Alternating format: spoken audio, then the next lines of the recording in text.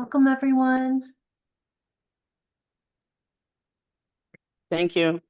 Thank you so much for being here today, everybody. All right, we have folks that are jumping on in the call. All right, we have a very exciting day planned, and we have a lot of information to share. So we are going to go ahead and get started. Again, welcome, everyone. Thank you so much for being here today. My name is Jennifer Barron-Prahl, and I am privileged to welcome you to today's event on person-centered recovery planning. We have three amazing speakers, Dr. Janice Tondora, Amanda Bowman, and Amy Pierce, who are all wonderful people. You'll be excited then to hear them today. This is actually our first webinar of a series of 6 sessions. This project is jointly hosted by 2 mental health technology transfer centers, Region 1, New England MHTTC, and Region 6, the South-Southwest MHTTC.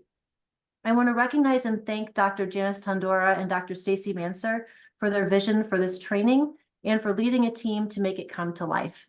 Thank you, Janice and Stacy, for the care, compassion, and excellence that you put into all the work that you do for the MHTTC. All right, so everyone, we're so happy that you could join us. Let's go ahead and get started with some introductory information. All right, here's a brief acknowledgement for today's session. This presentation was prepared for the MHTTC network under a cooperative agreement from the Substance Abuse and Mental Health Services Administration, also known as SAMHSA. The opinions expressed in the presentation are the views of our speakers and do not reflect the official position of the Department of Health and Human Services, or SAMHSA. Our MHTTC network uses affirming, respectful, recovery-oriented language in all of our activities. This is particularly important to the work that we do with person-centered recovery planning. So we invite you all to join us in reflecting on what language is most strengths-based and recovery-oriented as we exchange thoughts and ideas in this series, so that we can all grow in our ability to affirm and support others through our use of language.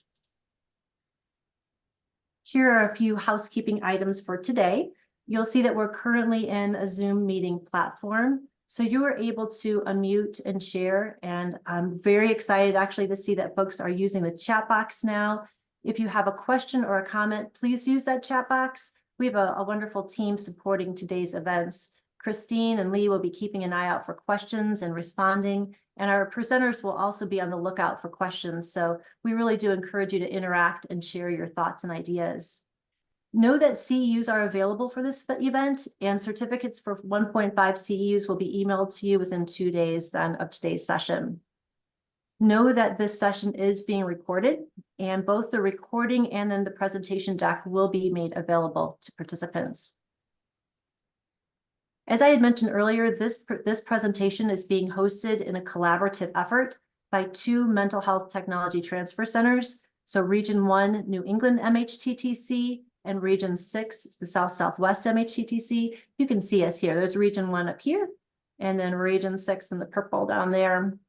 The MHTTC is an initiative that's funded by SAMHSA to provide free training and technical assistance events, resources, and products to support and strengthen our mental health workforce. This map that you're seeing depicts all of the regions within the US and then each of the MHTTCs that support each area.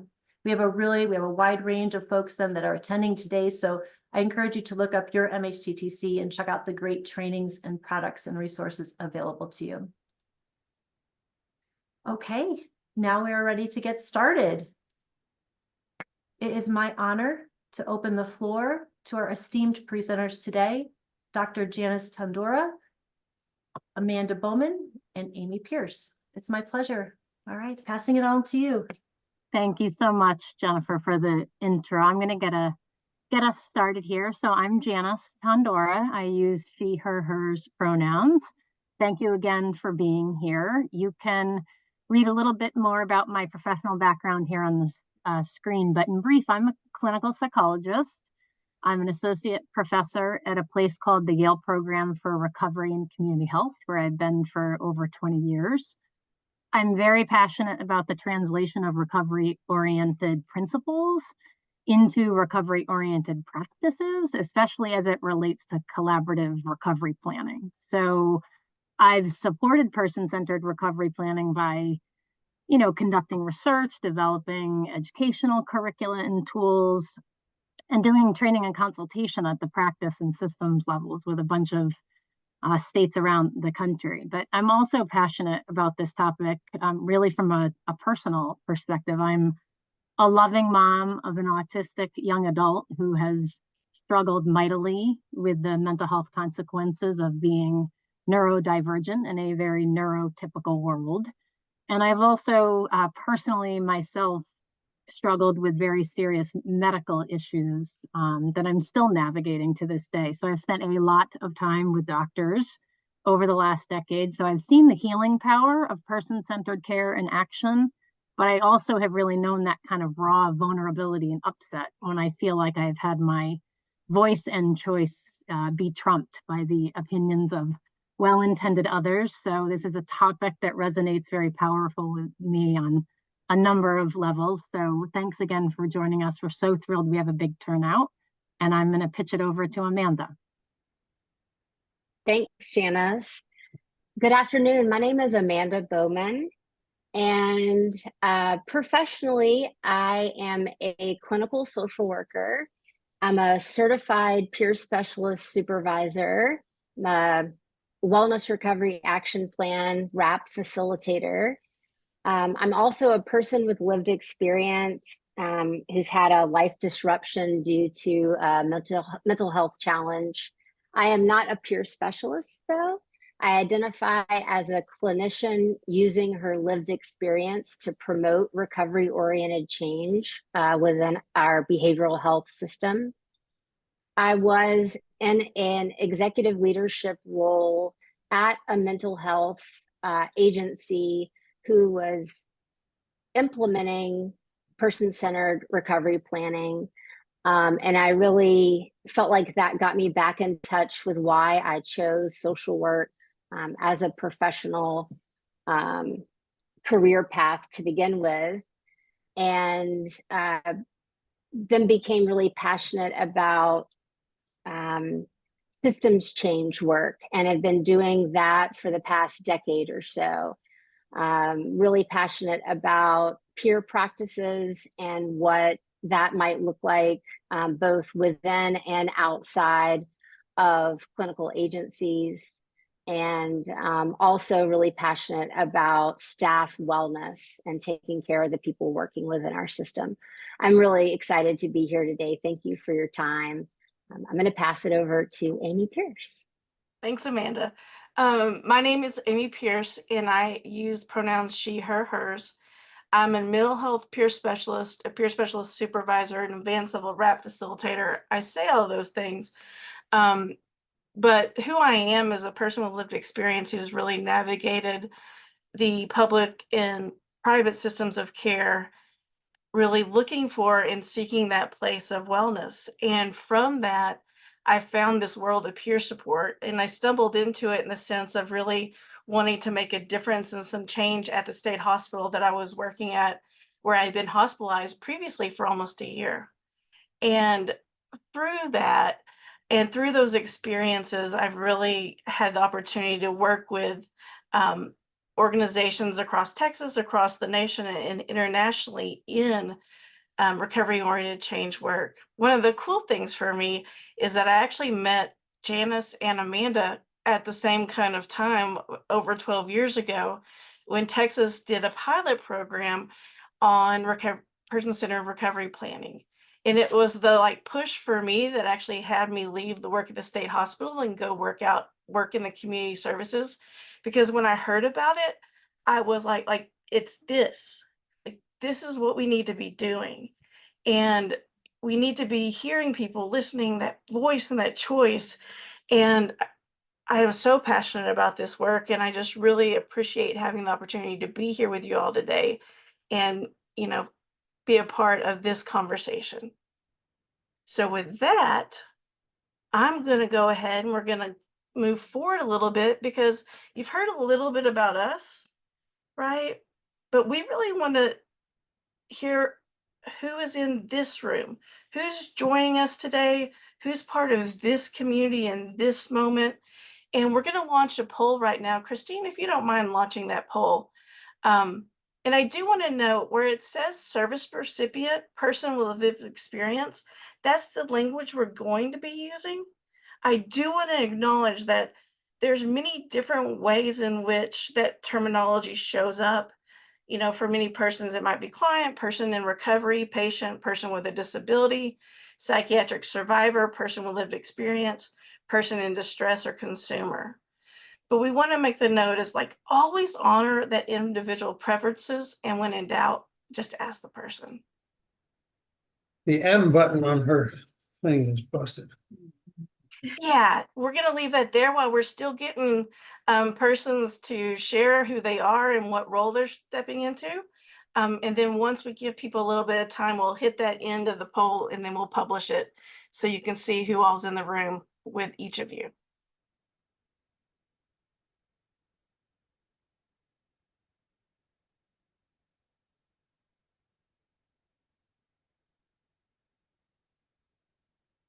Got about half the people who've put in into the poll so far. Got about a minute more.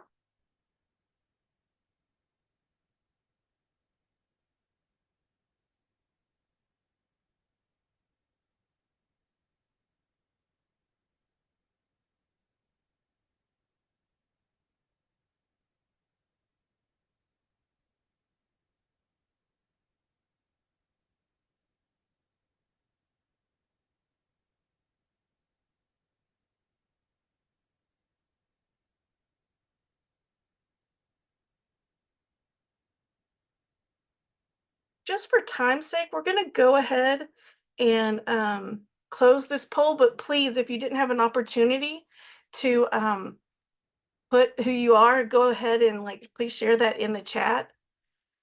I just want to acknowledge, I love how many different roles, how many different persons are in this space, the variety of persons who are interested in this conversation. That's incredible. So thank you all for being here. And I'm going to turn it over to Amanda now to continue our conversation. All right, thank you, Amy.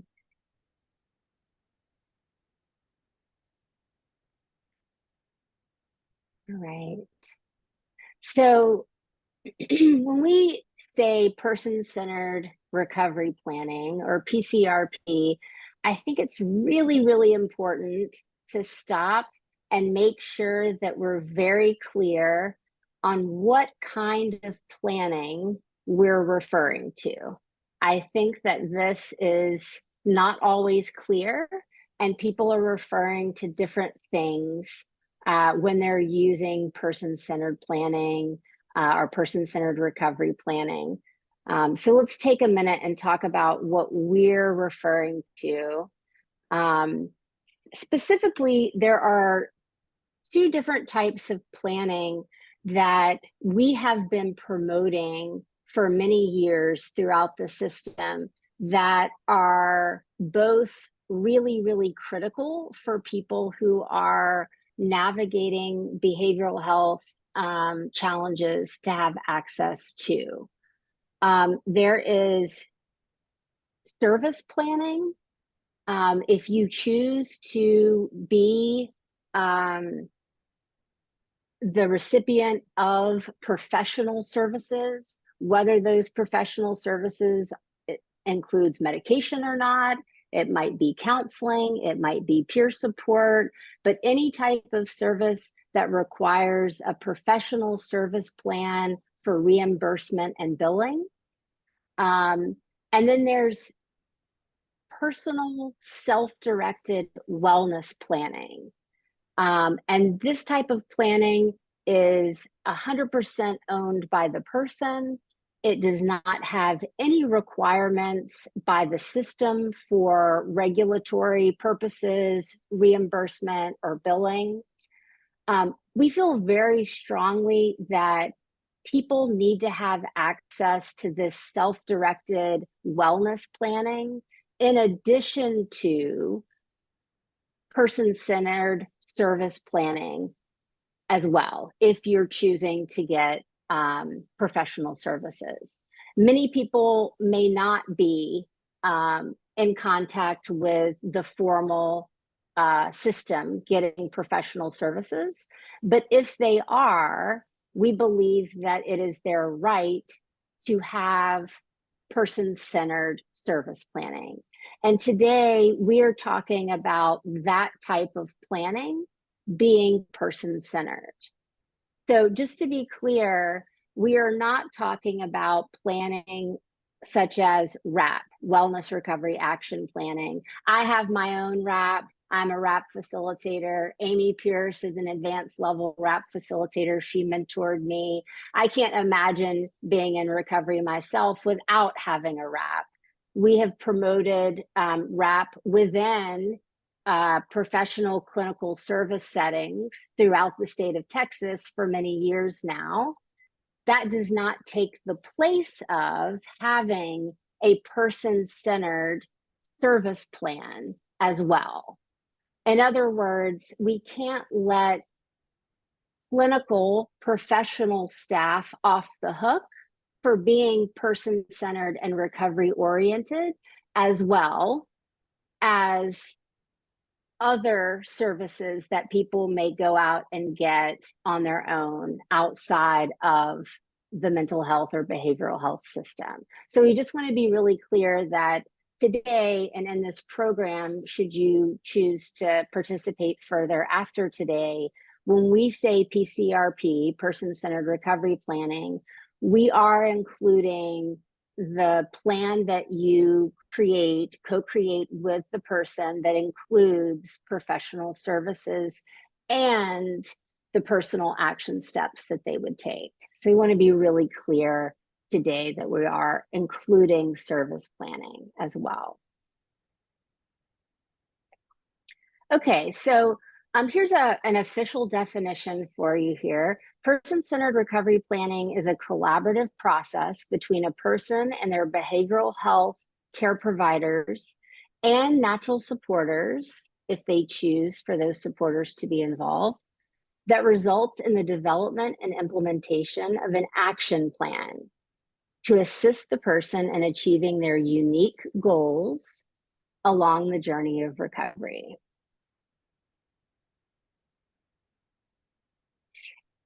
And I love this. I really want to emphasize these two words alongside one another, and that's the word need and the word want. We talk a lot about what individuals need before talking about what they want. And that really, really needs to change. So my little elevator definition of PCRP has always been, we can't know what a person needs before we understand what it is that they want. So understanding what a person wants has to come first, and then we also understand what it is that they need alongside that. So not just about the needs, but also about their vision of a life worth living and what they want. So we want to acknowledge there are many forces behind PCRP. So now that we've talked about what it is, we just want to acknowledge all of the different mandates and requirements. We see the phrase person-centered, family-centered, client-centered, patient-centered popping up, for many years in many different areas. Funders, accrediting bodies, and national best practice organizations. But most of all, it is being demanded for quite some time by service recipients, by people with lived experience saying, you keep talking about me getting in the driver's seat when half the time, I'm not even in the car. You're making decisions without me. I'm not in the room. you know, you invite me in at the very end of the decision-making process rather than including me. It's not collaborative, right?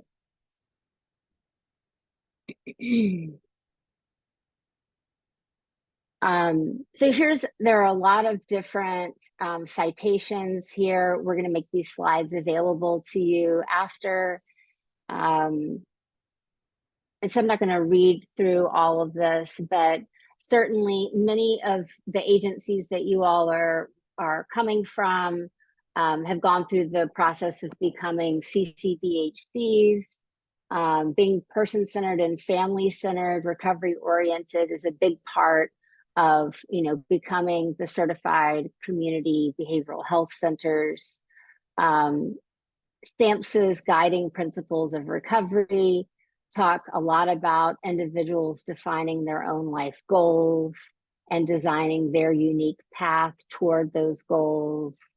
CMS, of course, talks about person-centered planning as well. So if we know that PCRP is the right thing to do and that we're required to do it, why then have Janice and Amy and I had such long careers? Why are we not out of work? Why are we continuing to do all of this work, right? Well, there's a lot of confusion out there that remains about what exactly is it? Are we there yet? Are we doing it, right? I think agencies said, well, we renamed our service plans as recovery plans years ago, right? Aren't we doing it? I think we're doing it now. So Janice, do you want to talk a little bit more about what it really is and orient us to what we're going to offer here in the upcoming sessions? Yep, I'm going to tag in here. So okay. In the absence of some of the actual practice guidelines that Amanda's talking about, you know, one of the really big issues, of course, is that without those guidelines, there's very little accountability in the field, and it becomes really easy to default to the position that, you know, we already do it. Like Amanda said, we sort of changed the name of our treatment plan to a recovery plan, when in reality, in the experience of people and families who are receiving services, things might feel a bit more like business as usual, if you will. So I'm going to start just by sharing a big picture framework and perspective that we have used over the years that we refer to as the 4 Ps model of PCRP. So if you start at the foundation of the pyramid, you know, we need to carry the philosophy of recovery in our hearts, first and foremost. We have to believe that people can and do recover. They can and should have maximum control over decisions that impact their experience in care and their lives as a whole. And then that commitment to recovery philosophy should translate into a different way of partnering in the process of actually developing a plan, which should then in turn result in the co-creation of an actual PCRP planning document, right? Whether that's on paper or increasingly in an electronic health record. And in many cases, that plan's going to look very different from a traditional service plan. And finally, we need to keep in mind really the more aspirational purpose of PCRP in kind of going beyond more traditionally valued outcomes around symptom reduction and reducing hospitalizations to really encompassing kind of real impact, real change, and better lives for, you know, people and families that we serve. So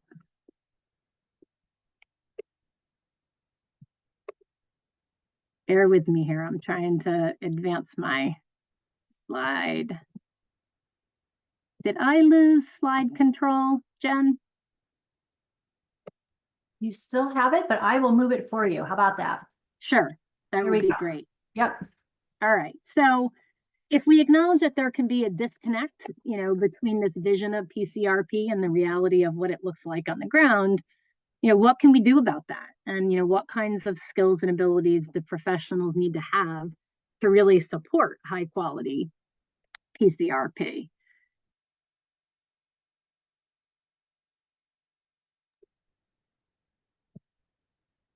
So in order to really move from theory to practice and talk about the skills and abilities that practitioners need to have to facilitate PCRP, we want to introduce you to the work of an organization called NCAPS.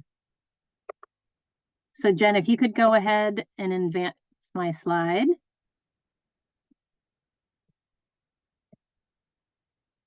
All right, so NCAPS stands for the National Center on Advancing Person-Centered Practices and Systems. NCAPS is a cross-disability initiative funded by CMS and the Administration for Community Living. I've had the pleasure of working with NCAPS over the past 5 years or so, specifically as it relates to the application of their mission in the behavioral health space. So this slide provides a graphic overview and an embedded link you see at the bottom of the page there to a really nice NCAPS resource we wanted to make sure that you're aware of around the 5 competency domains for practitioners who facilitate person-centered planning. So this resource was derived from a comprehensive scan of best practices from, I think, 20 different person-centered planning models available across the country, a whole series of key informant interviews with a particular emphasis throughout the process on soliciting lived experience input within the project team, within the interviews, and in a review of the documents we were creating by the NCAPS PAL group. That's their Person-Centered Advisory Leadership Group. So what I'm going to do is I'm just going to briefly walk you through a high-level description of each domain and maybe offer you an example or two. And Amy's going to jump in and help me out with sharing some of her thoughts, especially as it relates to that 3rd domain you see there around rights, choice, and control. So Jen, can you go ahead and advance? Great. So starting at the top, this 1st domain really focuses on strategies to ensure that planning appreciates, the full humanity of the people and families that we serve. So rather than focusing more narrowly on the management of clinical symptoms, we're really looking at that building the good life in the community as the person defines it. And to do this well, staff really need to understand and respect the difference between things that we might think are important for an individual from a professional perspective versus what might be important to them from a personal perspective. Sometimes there's an alignment in those things, and sometimes there's tension, and it really takes skill in person-centered recovery planning to make sure that we are making space for both. This domain also challenges professionals to use a variety of tools to create comprehensive strengths-based profiles, and not only use those tools, but to capitalize on them as they then go together to co-create the actual plan of care. I mean, all too often I see practitioners who work really, really hard together in partnership with someone to help them discover or rediscover different gifts and strengths during the assessment process. And then ultimately those strengths really don't show up anywhere in the plan of care. And when that happens, we miss a really important opportunity. So this may be a topic that we dive into a little deeper in a future webinar. As we've had many folks ask the question around the fact that practitioners really often conceptually value the importance of strengths-based planning, but then they struggle to incorporate that thinking into the recovery plan itself. So stay tuned on that front. We'll probably be coming back to that one. This domain is also about using tools and strategies that demonstrate respect for a person's cultural worldview and preferences, as well as needs, including around individual or even collective trauma, which may arise from being a member of a historically marginalized group or identity status. And while this domain certainly does not require us, nor is it possible to be an expert on all cultures or life contexts, it does require us to be authentically curious as partners in this process, and curious on the front end and over time to really see beyond a person's diagnosis or disability to more fully appreciate their particular kind of unique vision of recovery. So next slide, John. So this next domain is the source of quite a bit of confusion. So I'm going to take a little bit more time unpacking it. So this one is really about cultivating connections that foster recovery, both inside the system and in the person's chosen broader community. So there are enhanced efforts to coordinate care across, a wide range of multidisciplinary professionals. That can include traditional as well as non-traditional professionals.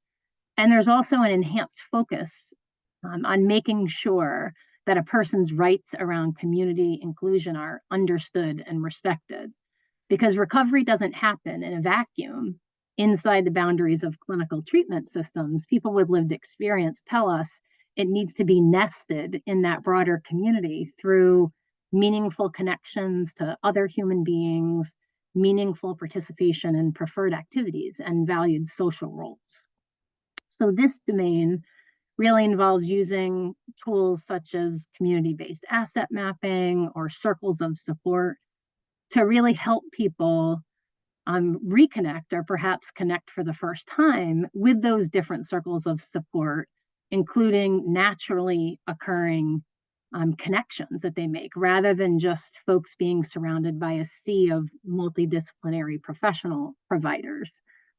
And very importantly, it involves being mindful of two cautionary ways in which this area of a practice, I think, sometimes goes awry.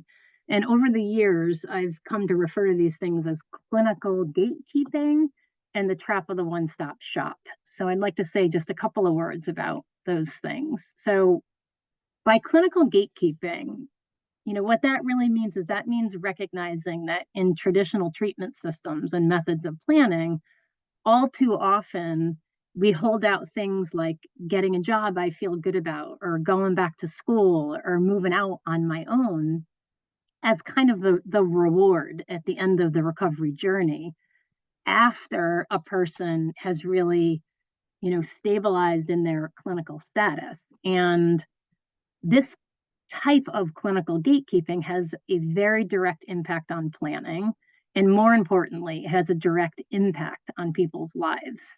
So despite the progress we've made, I continue to see plans, for example, that might repeatedly reference a person's desire to work, but yet the plan then states that the person's not going to be referred to supported employment until they've done 90 12-step meetings in 90 days, or they've had X number of, clean, toxicology screens, or people who, finally want to move out of the group home and get a place of their own, but they're told, we know this is important to you, but we really need to see 6 months of medication compliance before the team feels comfortable supporting that transition.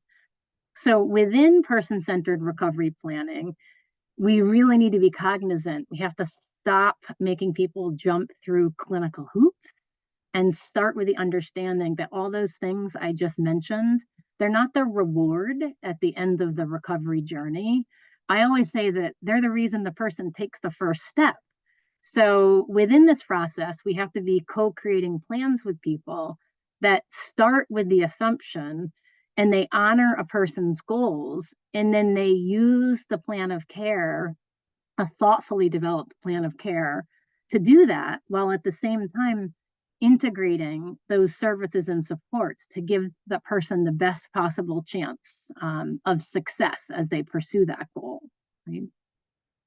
So in terms of the trap of the one-stop shop, what that really means is recognizing that in an effort to be holistic and support a person around the diverse dimensions of wellness, we sometimes slip into this pattern where we try to be all things for all people, right? And we end up recreating in sometimes artificial settings, things that, activities that really can and should be accessible to the person in the broader community.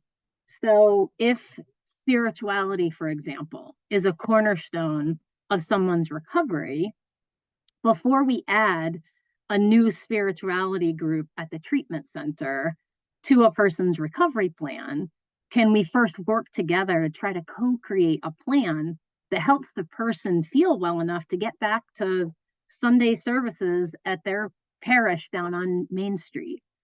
Or it could be something like exercise. Before we add a yoga group over at the psychosocial rehabilitation program, can we try to negotiate free or reduced passes for people to do yoga at a local YMCA or a community center?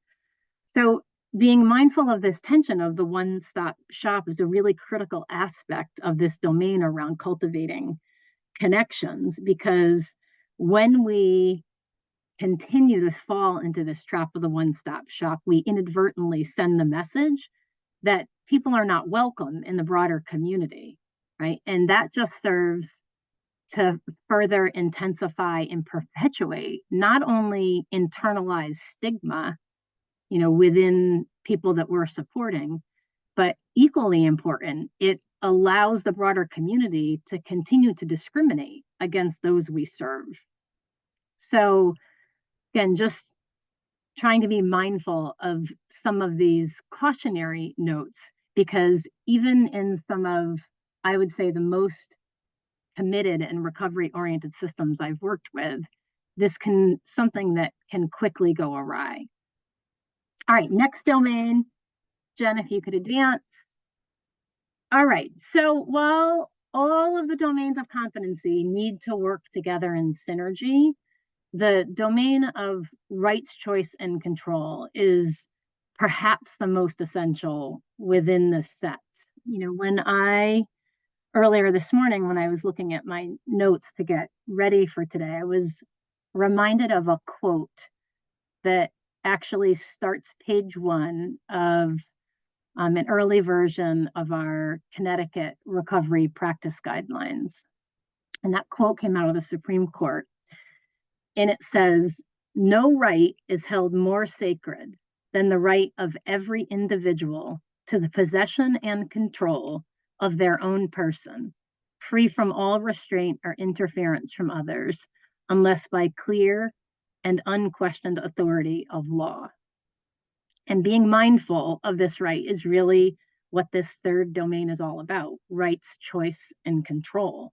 Whether that is in honoring a person or a family's chosen recovery goals for their plan, or it could mean supporting them to learn more about completing a person-centered advanced crisis planning document, such as a psychiatric advanced directive, or making use of the advanced crisis planning component of wellness recovery action plan.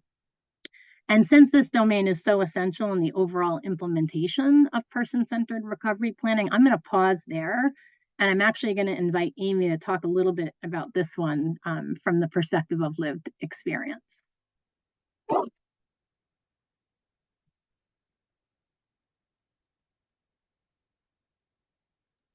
It doesn't matter how many times I do webinars, I always start talking when it's on mute. It's one of those things. It's just one of those things. When I think about like my journey in my life and the impact that just this page, just this screen has had on my journey, it's pretty incredible.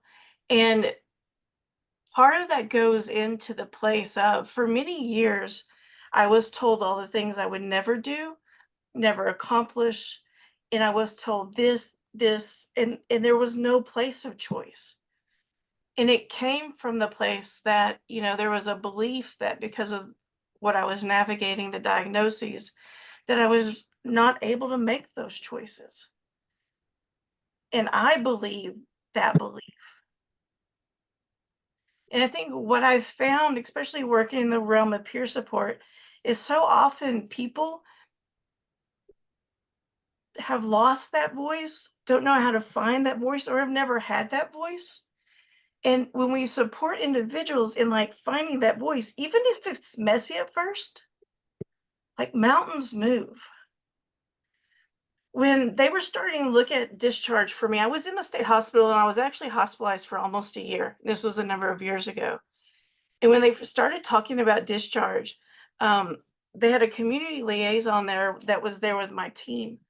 And the first thing that this woman that she was trying to do was put me back in a board and care home. And like everything in me just like panicked and froze.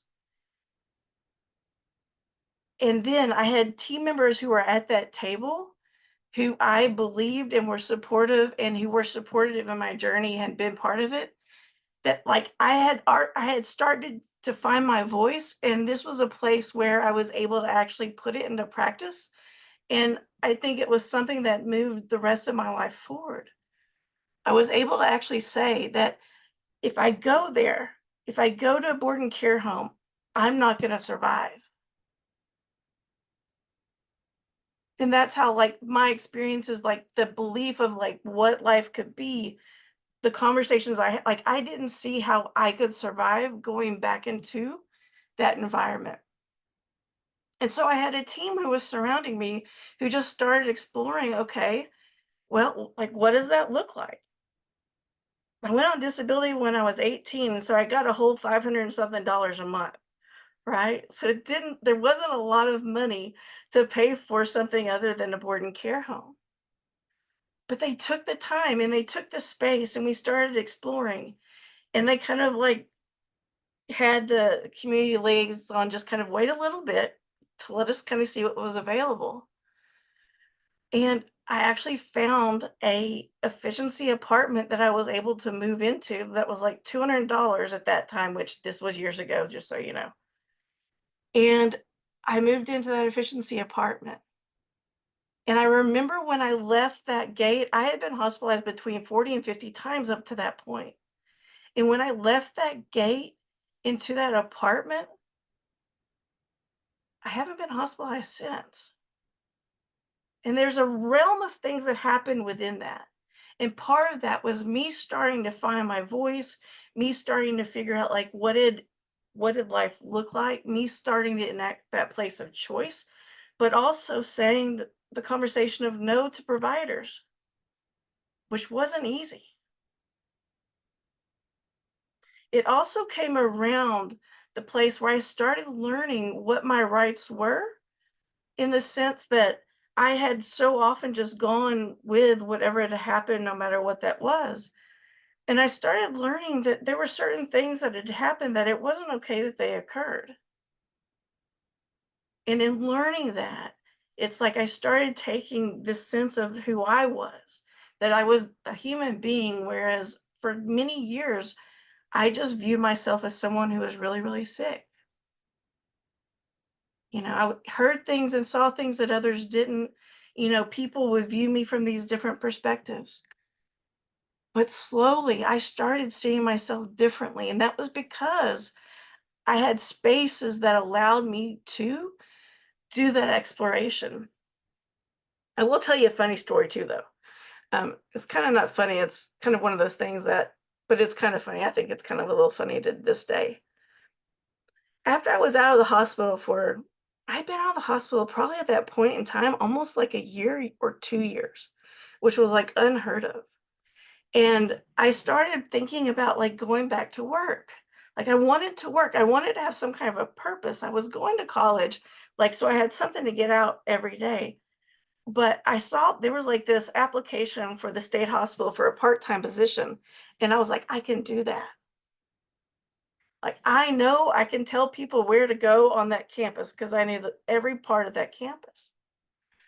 And I remember going to my ACT team because I was in ACT team services at the time, and basically said, I want to apply for this job. I think I can do this, right? I think I can like do this role. And, you know, at the time they were worried that I was getting unwell again and were really concerned about me making those choices and taking those chances. And it was the place where I probably would have done things a little different to this day. But I applied for it and I didn't tell them.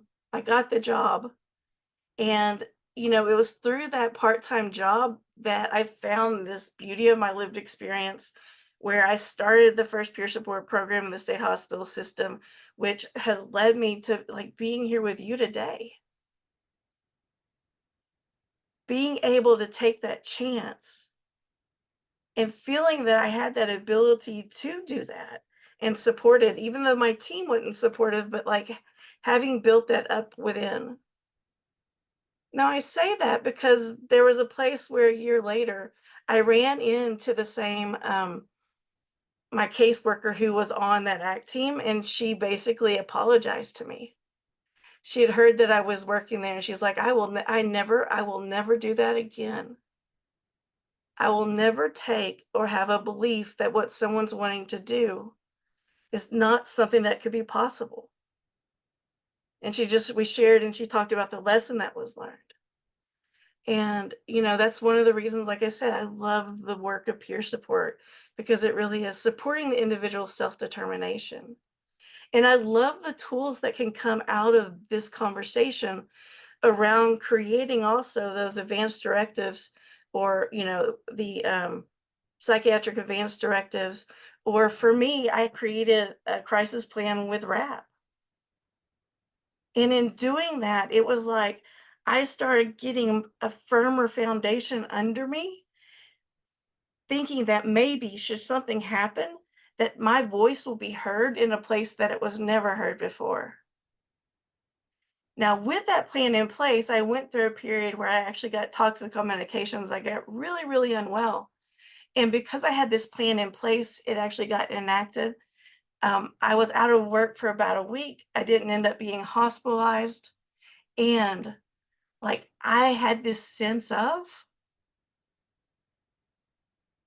accomplishing something that I was totally afraid of.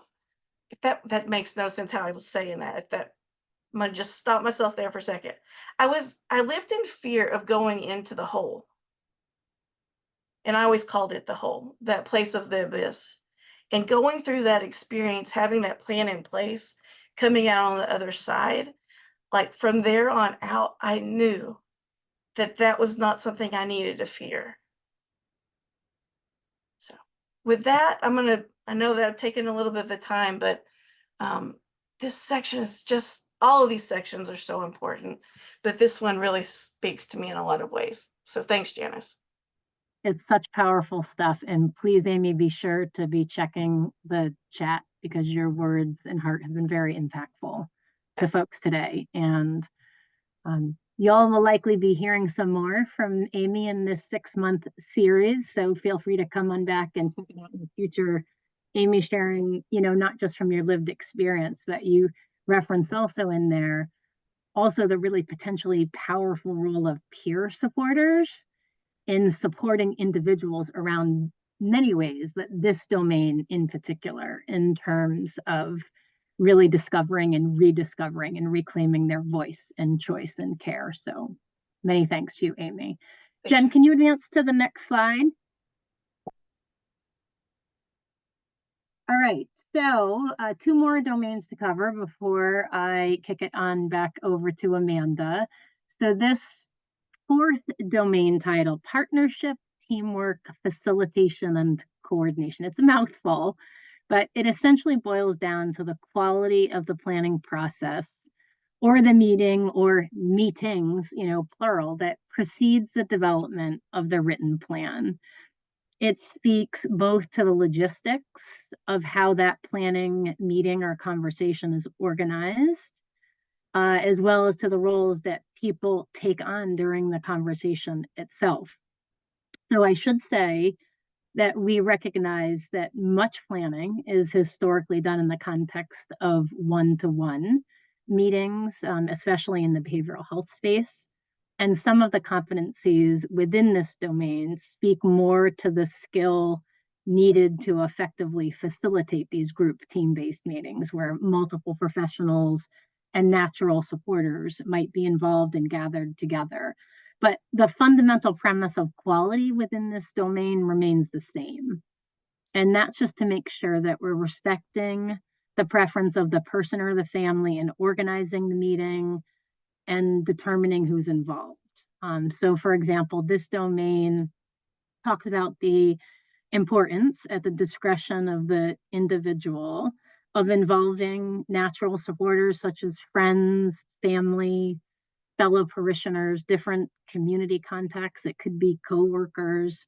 I always tell the story. I even had a mailman who was involved in the development of a person-centered plan years ago, who in the course of, delivering mail, just developed this, friendship with an individual. And that person, the biggest part of their recovery plan was around employment and getting back to work. And they were struggling to get going and be on time for that. And instead of just dropping the mail in the mailbox, that mailman was actually just knocking on the door, making sure to say a quick hello. And, it sounds like a very simple thing, but was really just a powerful, natural support. One simple action like that really made a difference in the successful execution of that plan. So also, I would say that I think it's important to recognize that it's not always feasible, and sometimes honestly not even desired, for all these folks to convene in an actual group-based planning meeting. And if that's the case, we try to get creative and solicit input and support in a variety of ways, whether that's through arranging a quick phone call, Zooming someone in, or whatever strategies that we might use. And then lastly, I would say that this domain is about making space for all voices and being really careful, especially in the context of team-based meetings, not to default to talking about a person as if they are not in the room.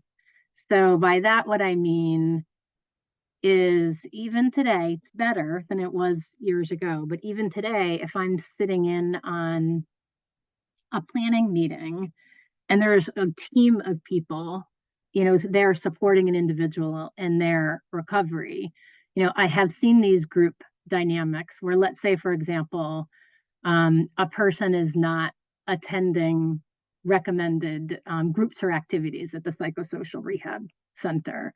And I've seen facilitators of those meetings, turn to the group leader and say, hey, I've recognized from the notes that, Janice hasn't been, attending the regularly scheduled psychosocial rehab group. What's going on?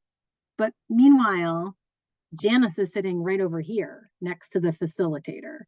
So someone in that room, if not the facilitator, needs to be brave enough to step into that space and redirect the conversation back to Janice, to the focus person, and say, hey, listen, you used to seem to really love these groups and find them helpful. We couldn't help but notice that we've missed you lately. What's going on? Are they not working for you? Is there a barrier to getting there? Let's talk about it and let's brainstorm it. All right, Jen, go ahead and get me to my next domain here. All right, so fifth and final domain.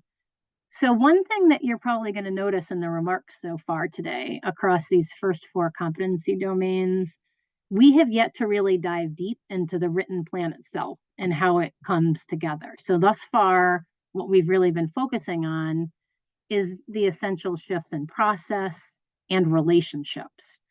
And the focus and balance across these 5 core competencies in recovery planning, it really is intentional, because very often when systems of care launch efforts to implement PCRP, there's a tendency to prematurely jump to kind of the nuts and bolts of the planning documentation, because it's honestly such a source of frustration in the field. And we can talk more about that in a minute. But, I often get the message when I enter into different systems of care, can you just teach my staff how to write the plan? And yes, we've developed tools and strategies to support that, but again, we can't overlook the critical nature of the processes and relationships that have to be underneath that plan and the quality of that plan. So that's my caveat. But having said that, I'm personally also a big believer that the quality of the planning document itself, it matters. It matters because the plan is a tool of accountability, and because it should be a manifestation of the person-centered partnership in staying kind of true to that recovery vision that a person or a family articulates. And unfortunately, if you think back earlier to that, the 4 Ps pyramid model of person-centered recovery planning that I shared, it's in moving from taking the leap from person-centered process to person-centered documentation that the quality often really breaks down. And in my experience, there are lots of practitioners out there who they carry person-centered philosophy in their hearts. They work hard to use person-centered strategies in their partnerships, but they really, really struggle to translate that into the formal documentation of the service plan. So this is an area where we've had a lot of struggle, and that's for a variety of reasons. One of them being that very few people get kind of good, solid, core foundational training in their educational programs around what makes a good plan of care, right? And then also because there's been a lot of mixed messages and confusion in the field around the treatment plan documentation, and specifically how a person can write one that, first and foremost, honors the person and the family. But at the same time, it has to satisfy the chart and really a myriad of kind of complex fiscal and regulatory requirements. So we've worked hard over the last several years to develop a variety of kind of tools and indicators around this domain to really clarify what a good PCRP might look like. Specifically, the kinds of things we'd be looking for is, making sure that plans are using person or identity first language, that long-term recovery goals reflect the person's vision of a good life in their chosen community. Again, sort of beyond just the narrow management of clinical symptoms or reducing hospitalizations. Those things can and often are a critical part of recovery. But remember, we're going for a more aspirational purpose and outcome here in the person-centered recovery planning model. We'd also be looking to craft short-term objectives that are about meaningful and measurable interim changes that actually matter to a person, right? And they go beyond just the act of attending services. And, finally, building in strategies, that really draw upon a person's strengths and interests, as we talked about earlier. So that just gives you a little bit of a sense of what we might be looking for in the plan itself. At the end, we'll share a link to some quality indicators tools that we've developed to support this domain. But one more word on this before I am going to get ready to pass it over to Amanda is that,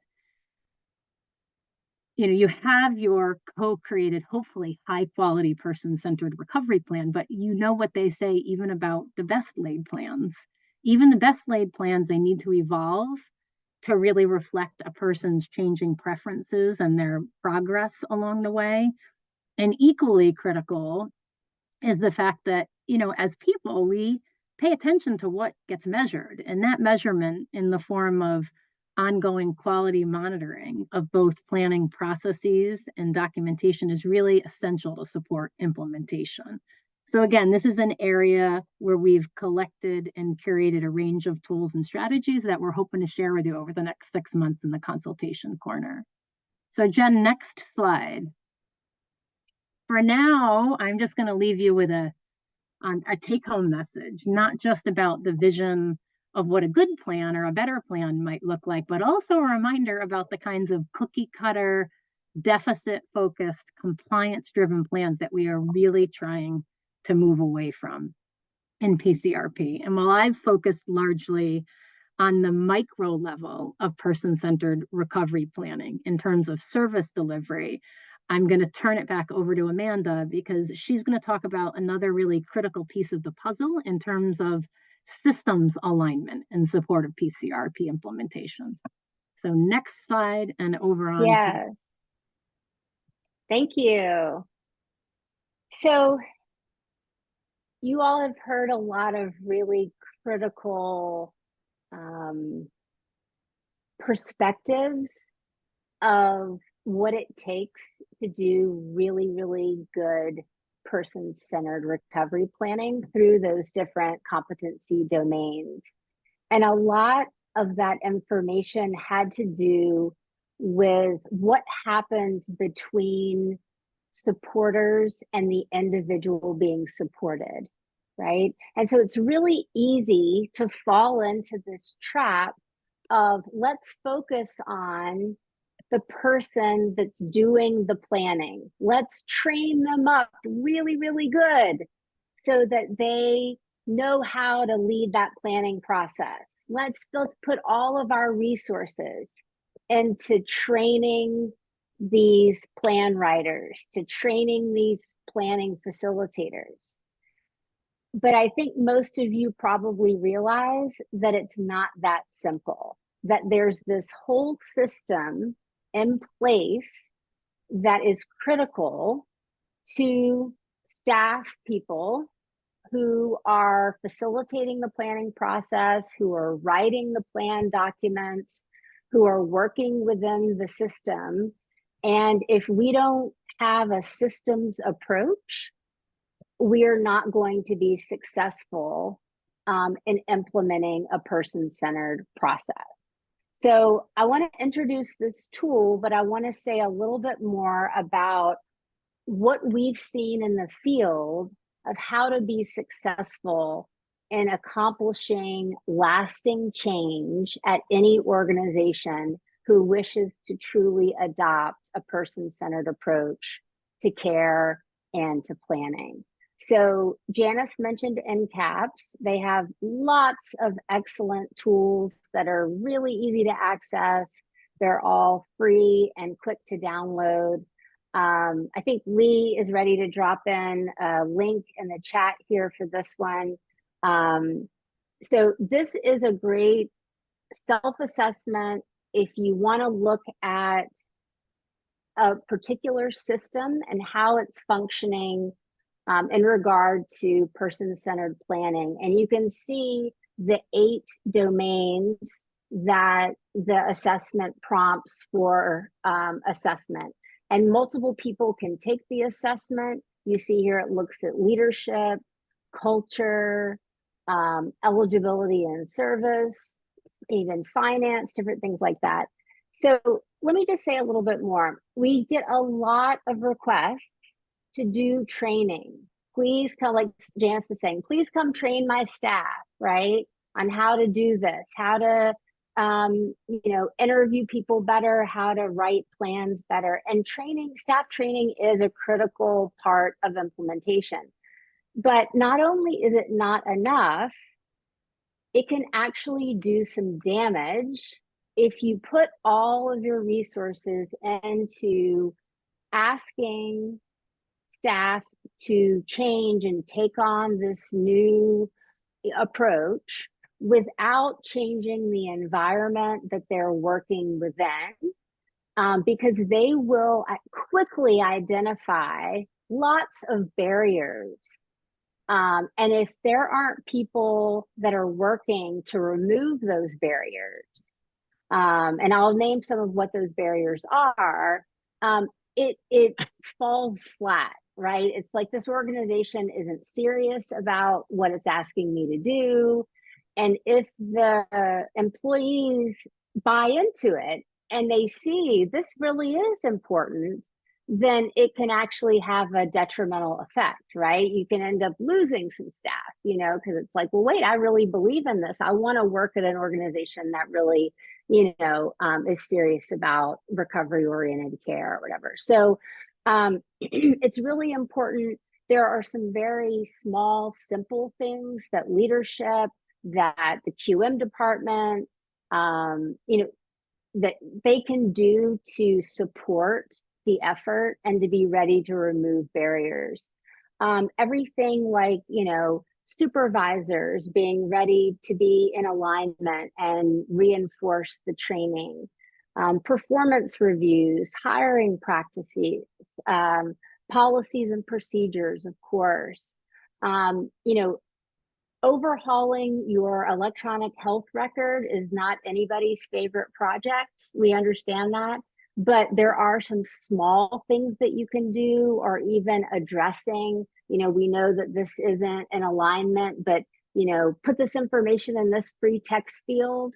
Just small little things like that, you know, helping people understand how to use your existing, you know, record to accomplish, you know, a person-centered plan goes a long way. The quality monitoring that Janice just mentioned in that domain, you know, this program, one of the things that we're offering is potentially, you know, helping you with creating a QM review tool that will incorporate some person-centered standards. Critical messaging by leadership to reinforce how the person-centered standards actually links to your agency's mission as an organization.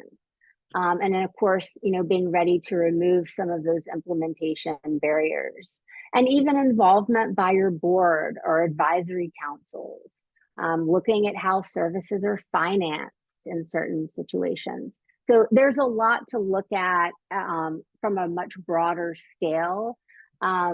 And it doesn't have to be overwhelming. And there are just some really simple things to do to reinforce the efforts in addition to training. So just wanted to mention that. And this program can help with some of the broader scale things.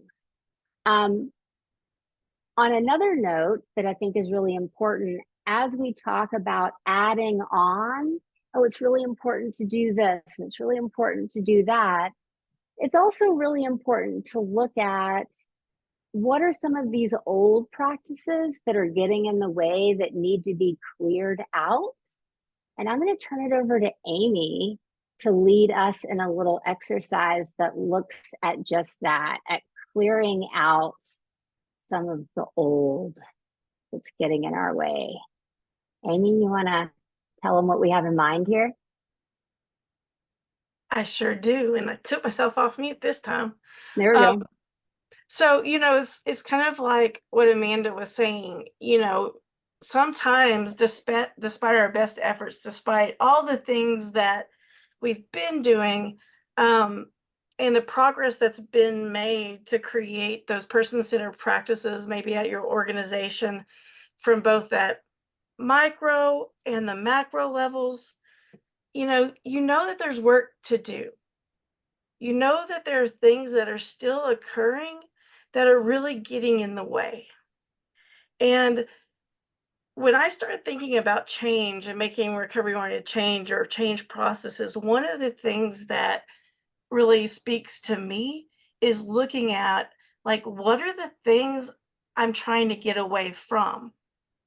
What are the things that are getting in the way? What are those specific actions, right, that are in place or that may be in place that are keeping me from what I may envision, right? So we're going to do a fun little thing. And so there is a QR code here. And then in the chat box, they just dropped a link. And we're about to open a screen. It's called something that I forgot the name of. But basically what we're going to do is we're going to do a Wordle. And with that, I'm going to ask Amanda to open it. And a Mentimeter, thank you, Janice. I knew it was something. But what we're going to look at, we're going to ask you to do once you hit that QR code and the link and you go there, is you're going to have the opportunity to put in words, short phrases about those things that can undermine the person-centered recovery process, right? What are those actions that are either currently taking place or that you might think could get Judgment or judgmentalism? Judgmentalism. Well, we're going to open up the thing and we want you to type it in. We're going to open the Mentimeter. Are y'all able to see it or get to it? So Jen, if you want to stop sharing the slides, I'll share the Mentimeter Is everybody seeing the link in the chat where you can type in for the word cloud?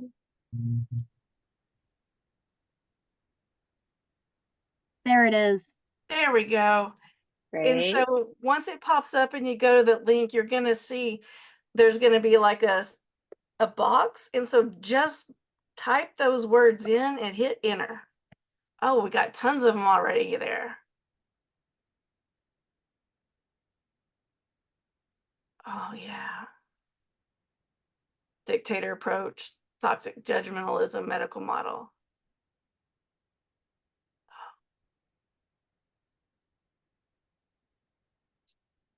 So many things that get in our way of doing or obtaining that vision.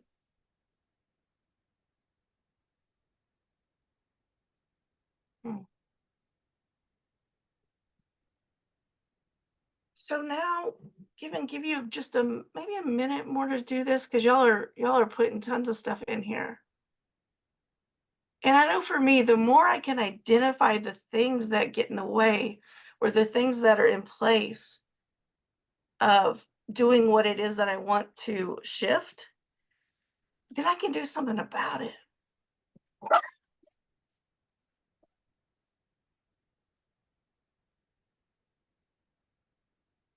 So now I'm going to ask you to shift some things just a little bit. So we know that these actions that get put in place, these actions that are happening can undermine or threaten the person-centered planning process. What is the impact of that? So I'm going to ask you to start typing in that emotional impact, the impact that happens when these practices are actually in place.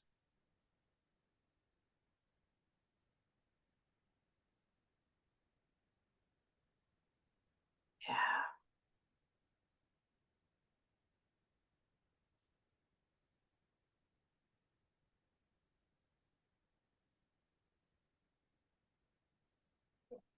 And the words that you see biggest in the center are the ones that are being agreed upon. So if those getting bigger and bigger, those are the pieces that we're seeing amongst the whole crowd of folks in this room. So thank you. Thanks for sharing that.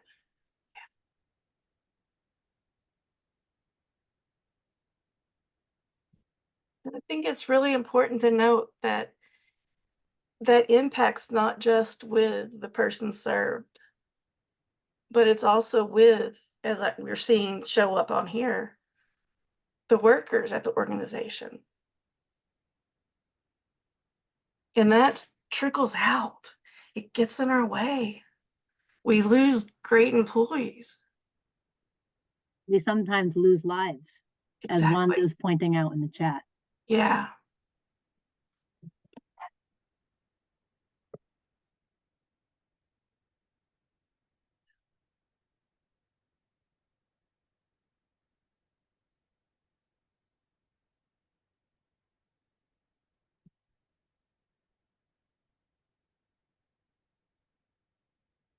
Yeah.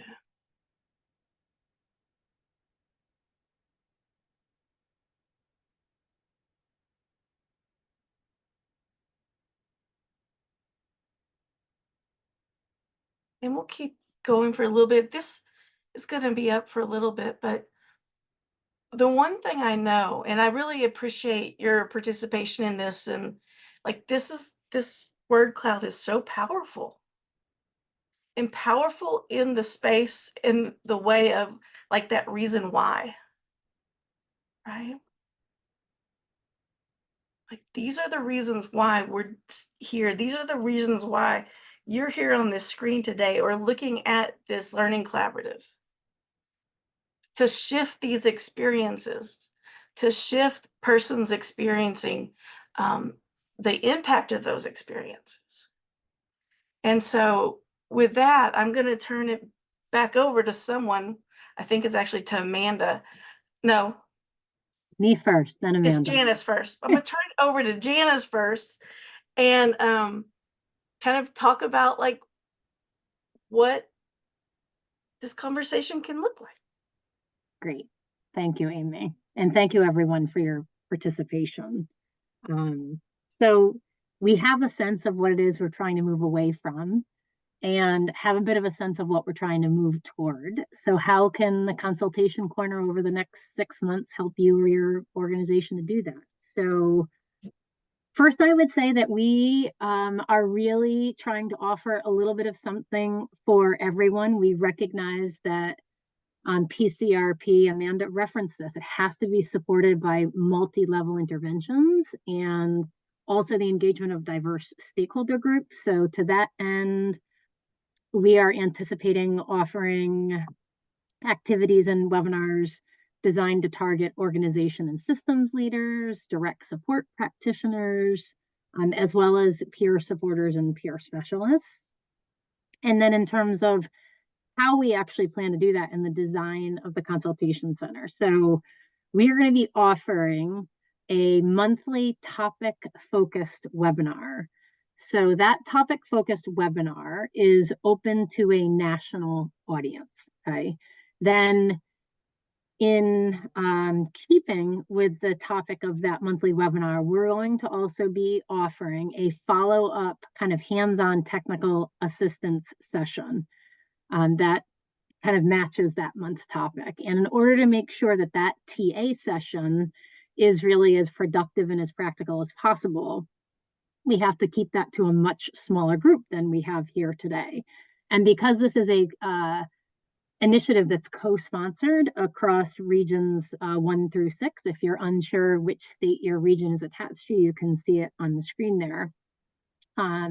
The spaces in our technical assistance session are first going to be prioritized for webinar participants who are from those regions. And it is a prerequisite to participate in TA to have participated on the webinar, because the webinar is where we kind of get on the same page about the topic. We share some tools and resources, and then the TA session is when we're going to kind of dig a little bit deeper.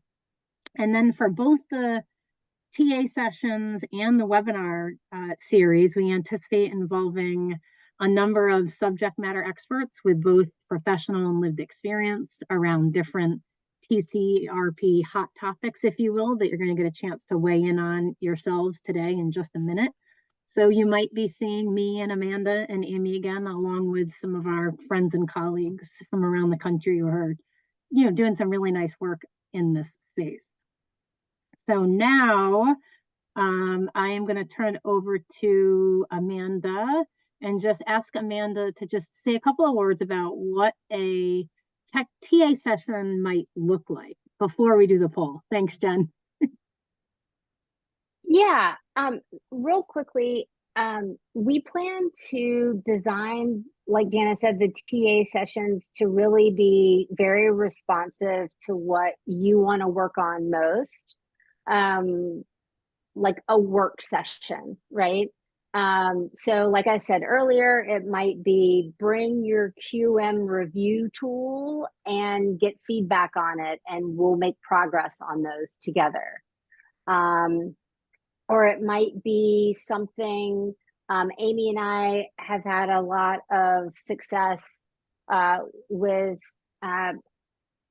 people have asked, how do I make progress in supporting an individual who, their PCRP is due and I need to do goal discovery with them, but they're seeing and hearing things that other people don't experience, and I'm having trouble communicating with them. How do I make progress on creating a plan, right? And so we've done all sorts of things where it's like, ask the expert, meaning come and ask Amy because she has lived experience in this area, and she's been generous enough to share some of her experience and what was helpful and what was not helpful to her with supporters during that time, and just kind of brainstorm different communication techniques and being there with people when they felt overwhelmed. And then how do you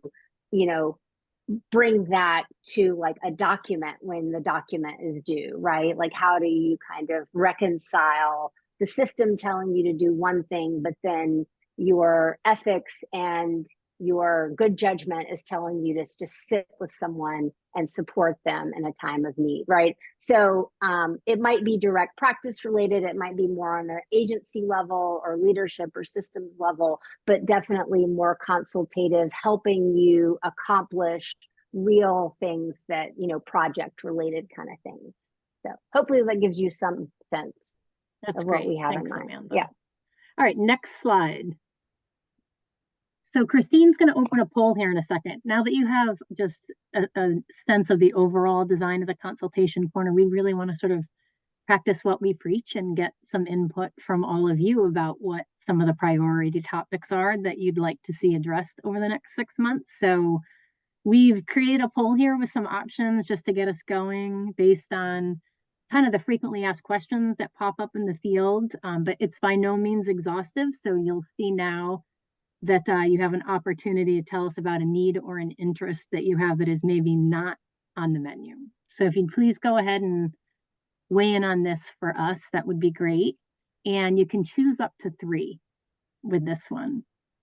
It's set up to be multiple choice.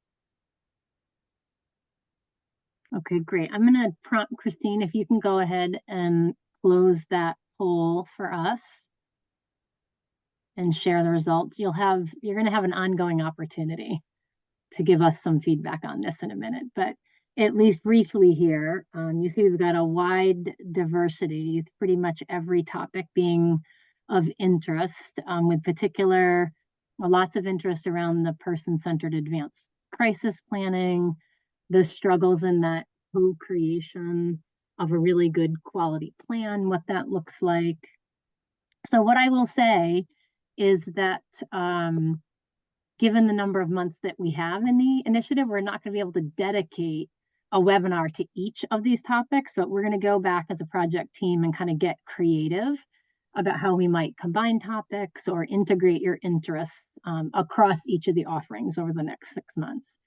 And we also, if you could go to the next slide, would love it if you would help us spread the word, and we'd like to hear from others in your world or at your organization who might be in a position also to share with us some of the questions or needs that are out there in the field on this topic. So what we design can be as responsive as possible to your priorities. So you will see that there is a link in the chat box as well as a QR code on the screen. And if you can help us gather that additional feedback, we would much appreciate that. Just a note on the timing that we're going to keep this poll open until close of business on Monday, April 5th, just to allow us some time to consolidate the input and then kind of get to work on designing the balance of the consultation corner and mapping our topics out across the months, securing additional subject matter experts if needed,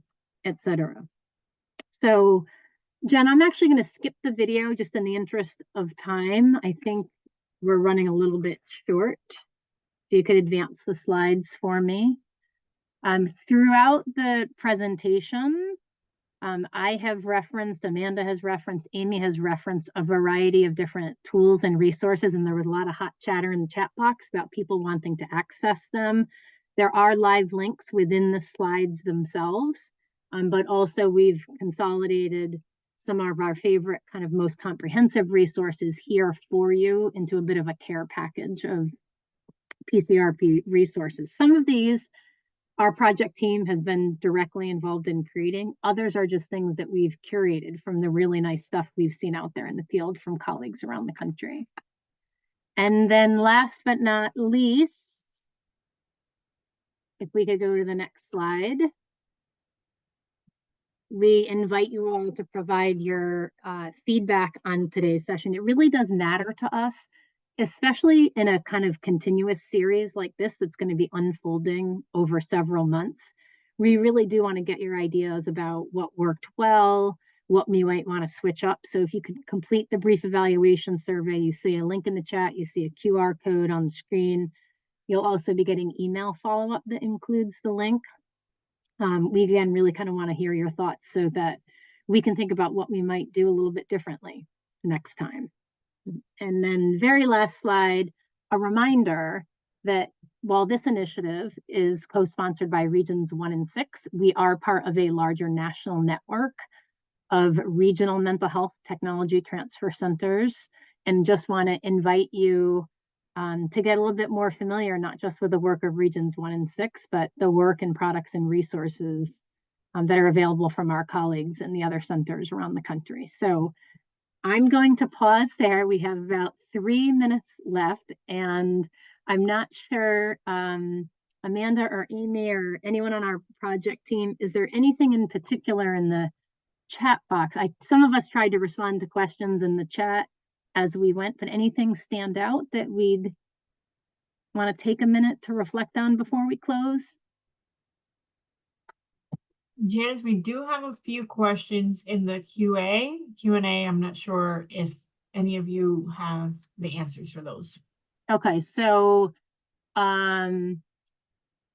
Lilibeth is asking about the extent to which resources for Spanish-speaking audiences are available. Not enough is what I will say.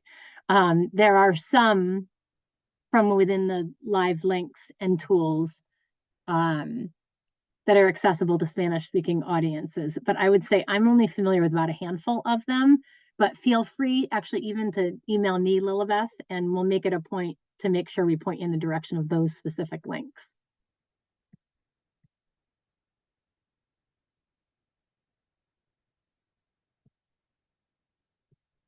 New Jersey, what's their access, Janice? Access in terms of region? Mm-hmm. And okay, so New Jersey is not in regions 1 or 6. I believe you're in region 2. So for those of you that we got excited today and you're not in regions 1 or 6, just because of the co-sponsorship, we have to start by offering the TA session availability to our constituents. But just know that if we do have a lot of demand, or if for some reason that session doesn't enroll fully, we will be kind of opening up that TA session to a broader audience that might include some folks from New Jersey and other places around the country, or maybe we'll take a look at our capacity and maybe we'll even add an additional TA session or 2 to the calendar.